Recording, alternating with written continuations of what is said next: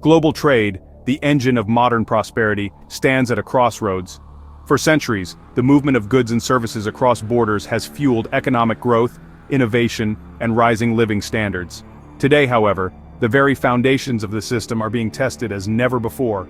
For decades, the World Trade Organization, or WTO, provided the rules and predictability that allowed nations to trade with confidence, lifting billions from poverty and helping to integrate developing economies into the global marketplace.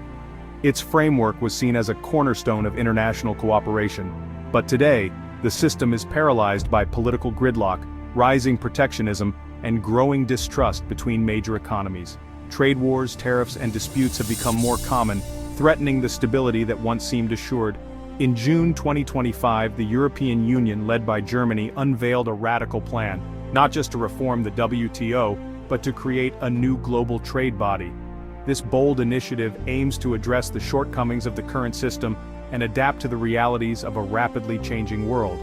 This open club would unite like-minded nations around high standards for trade, labor, and the environment, partnering with the CPTPP to form a new center of gravity for global commerce. The goal is to set ambitious rules that reflect modern values and challenges, from digital trade to climate change.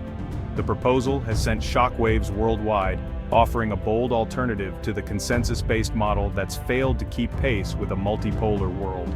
Supporters see it as a chance to restore trust and momentum, while critics warn of new divisions and uncertainty.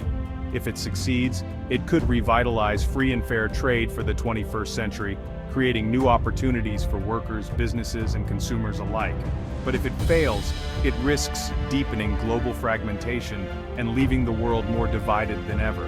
Is this the dawn of a new era for global trade, or the beginning of its end? The world is watching as the next chapter in global commerce begins to unfold.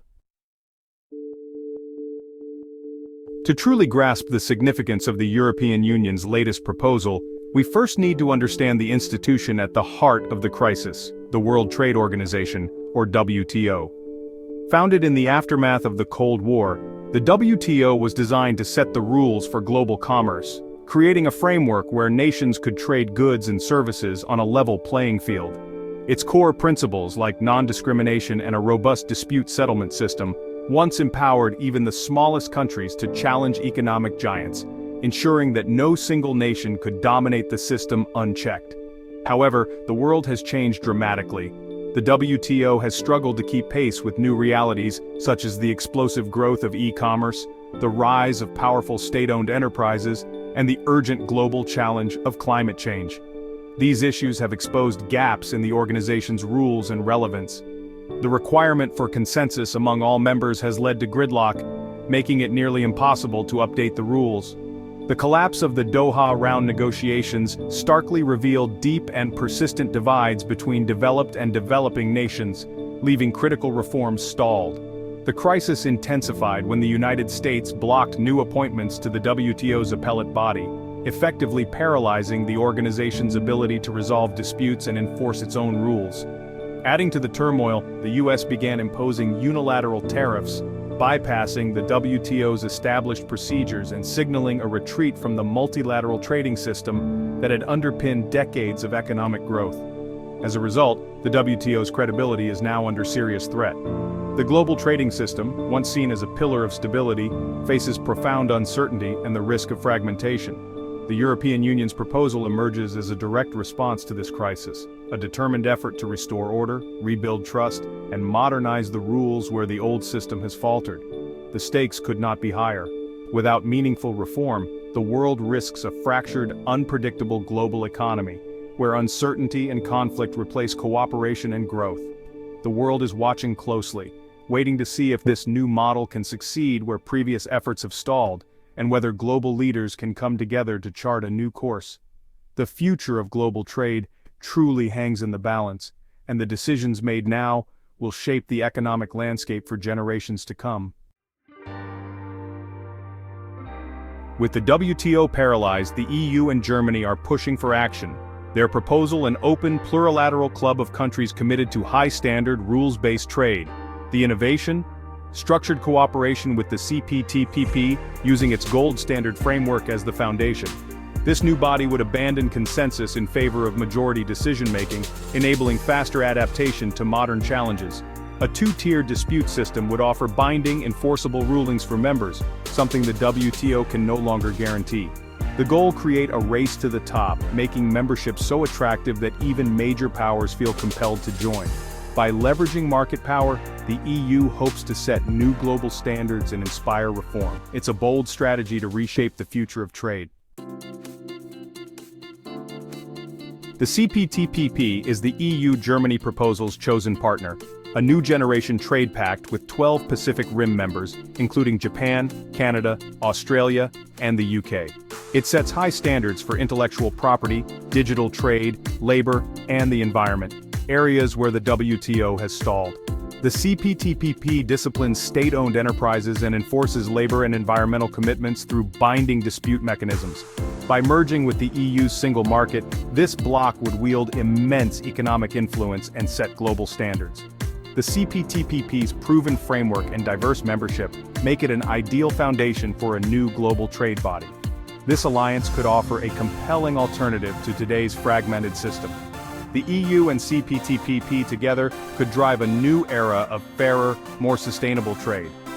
The world's trading rules may soon be written by those willing to lead. The stakes, and the potential rewards, are enormous. Global trade isn't just for economists, it shapes your daily life. The rules of trade affect the prices you pay, the jobs available, and the products you can buy.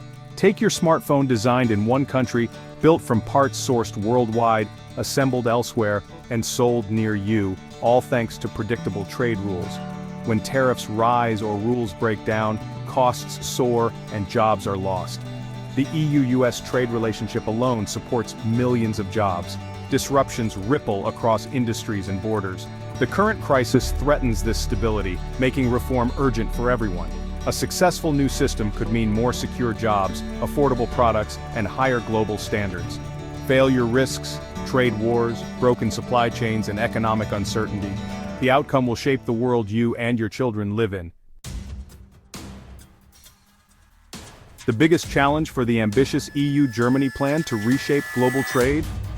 It's the glaring absence of the United States, the world's largest economy and historically, the anchor of the global trading system. For decades, American leadership provided stability and direction, setting the rules and standards that shaped international commerce. But today, Washington is increasingly skeptical of new trade bodies and hesitant to commit to multilateral agreements. The U.S. is wary of binding dispute settlements that could limit its sovereignty or force policy changes at home. Domestic political divisions and growing concerns over China's state-driven economic model fuel this reluctance, making bipartisan support for new trade frameworks elusive. Without the U.S. at the table, the new club's leverage is sharply limited, and its ability to set global standards is weakened.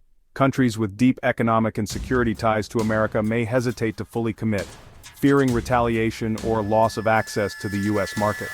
The world could fracture into competing blocs, a US-led sphere, an EU-CPTPP alliance, and China as a powerful third pole, each with its own rules and priorities. China, meanwhile, is eager to expand its influence, offering an alternative model that appeals to many emerging economies. For global businesses, this means navigating a patchwork of conflicting rules and standards, making cross-border trade more costly and unpredictable.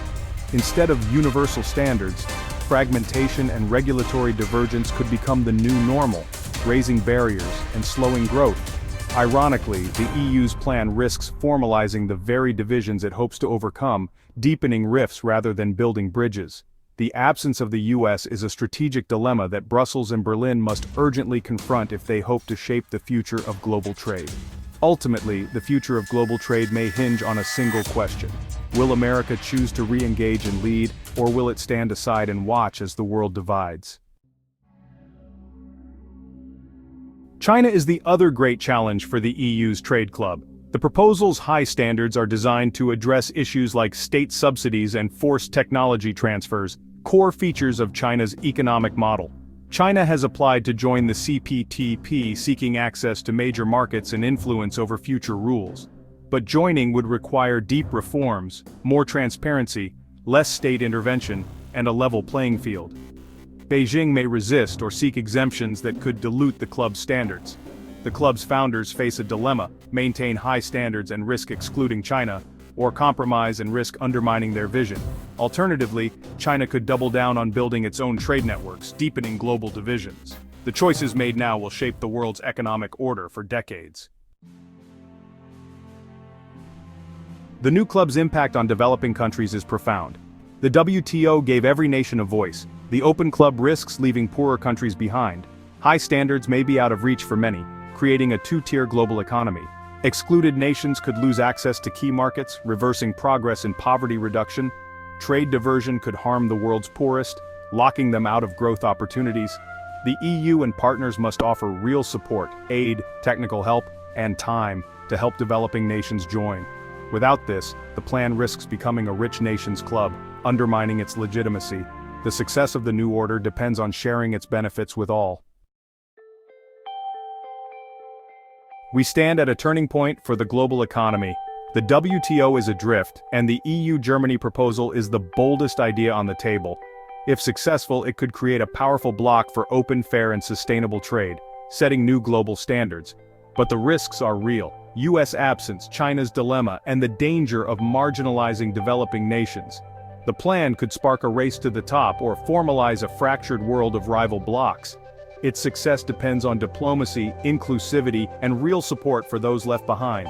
The debate it sparks is vital. What kind of global economy do we want? Rules or raw power? Cooperation or division? The EU and Germany have started a crucial conversation. The outcome will shape our world for generations.